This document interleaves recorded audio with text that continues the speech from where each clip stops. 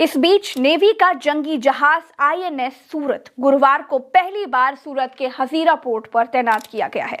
News agency ANI के मुताबिक Indian navy ने अरब सागर में प्रैक्टिस की। वॉरशिप को किसी भी परिस्थिति से निपटने के लिए अलर्ट पर रखा गया है।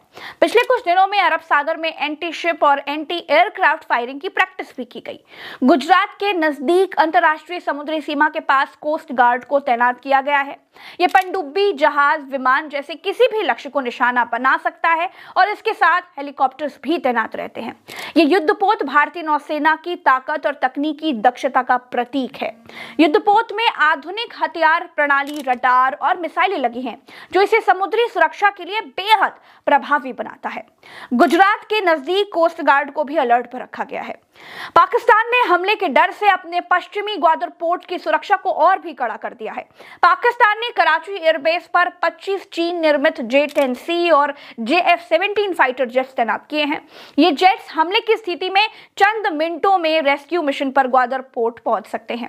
कहते हैं कि पाकिस्तान इस थ्योरी पर काम कर रहा है कि भारत समुद्र के रास्ते पर बड़ा हमला कर सकता है और जिस ग्वादर पोर्ट का इस्तेमाल चीन करना चाहता है, पाकिस्तान को लगता है कि उसी ग्वादर पोर्ट के रास्ते भारत पाकिस्तान में घुस सकता है। इसीलिए अमेरिका से मिले F-16 को कॉम्बैट एयर पेट्रोलिंग में लगाया गया है।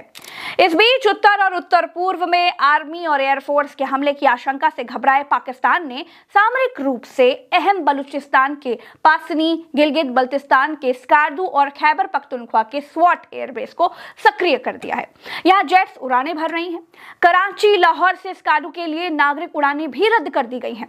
अब दोस्तों, सवाल ये उठता है कि भारत पाकिस्तान के बीच युद्ध की स्थिति में आखिर चीन की क्या भूमिका होगी? चीन क्या करेगा? जो ड्रैगन समय समय पर भारत के खिलाफ बयानबाजी करता रहता है, क्या वो अपने सैनिक भी पाकिस्तान के पक्ष में उतार सकता है? क्या चीन खुलकर भारत के खिलाफ आ सकता है?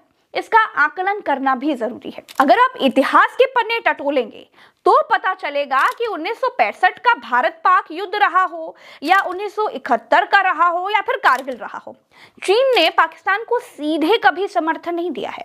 परोक्ष रूप से जरूर दोस्ती निभाई है, लेकिन हो सकता है कि 2025 में वो सीधे पाकिस्तान का समर्थन करे। इसका कारण भी है। कारण ये हो सकता है कि CPEC प्रोजेक्ट चल रहा है। चीन ने उस पर $62 बिलियन खर्च कर रखे हैं। चीन इस वजह से ही इस बार भारत पाकिस्तान युद्ध में अपनी नाक घुसा सकता है। भारत की सरकार और भारत की सेना ये बातें ध्यान में रखकर ऐसी योजनाएं बना रही हैं जिससे आतंक पालक पाकिस्तान को छठी का दूध भी याद आ जाए और चीन ये भी जान जाए कि भारत के पंगे में कूदना उसके लिए खतरे से खाली नहीं है। दोस्तों, इस बीच भारत में लेफ्टिनेंट जनरल प्रतीक शर्मा नॉर्दर्न आर्मी कमांडर का पद संभालेंगे। भारतीय सेना की नॉर्दर्न आर्मी के पास जम्मू कश्मीर के पश्चिम में लाइन ऑफ कंट्रोल यानी LOC और पूर्व में लद्दाख से लगने वाली चीन बॉर्डर की रक्षा की जिम्मेदारी होती है। साथ ही हिंदुस्तान एरोनॉटिक्स लिमिटेड ने कहा है कि एडवांस्ड लाइट हेलीकॉप्टर ध्रुव के सेना और वायुसेना ऑपरेशनल उपयोग के लिए मंजूरी भी मिल गई है। ये फैसला डिफेक्ट इन्वेस्टिगेशन कमेटी की सिफारिशों के आधार पर लिया गया है। इससे पहले ALH हेलीकॉप्टरों को तकनीकी कारणों से अस्थायी रूप से रोका गया था और जांच के आदेश दिए गए थे।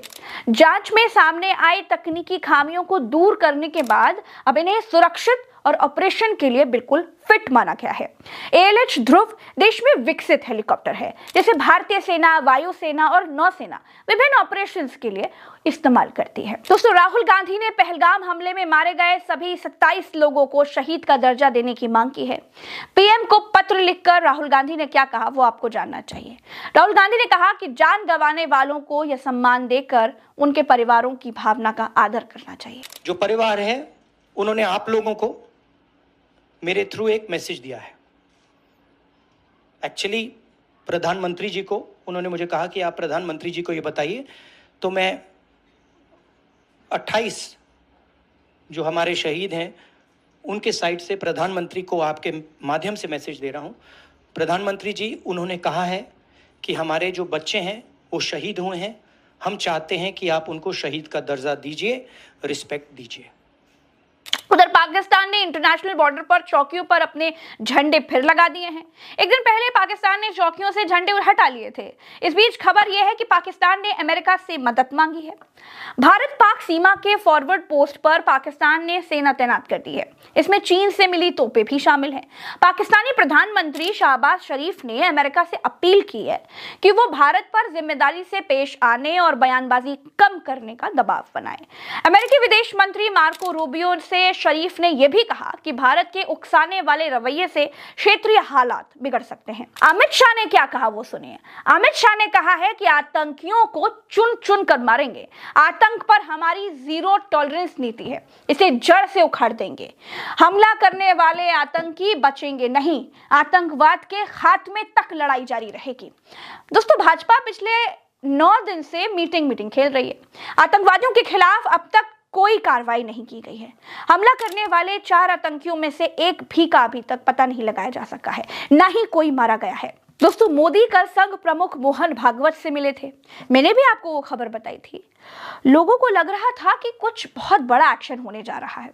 ये फाइनल मेल मुलाकातें चल रही हैं, लेकिन मेल मुलाकातों के बाद भाजपा सरकार ने जातिगत जनगणना कराने का ऐलान कर दिया। इससे एक बार फिर यह साफ हो गया कि भाजपा के दिमाग पर बिहार के आने वाले चुनावों का गहरा आघात हुआ है।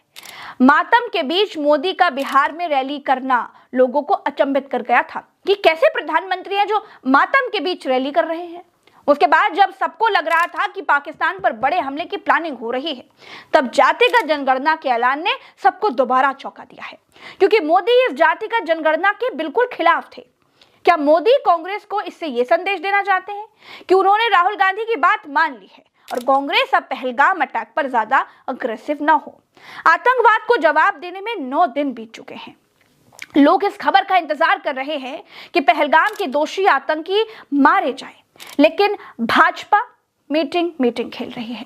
वो संकट की इस घड़ी में चुनावी मुद्दे पर काम कर रही है।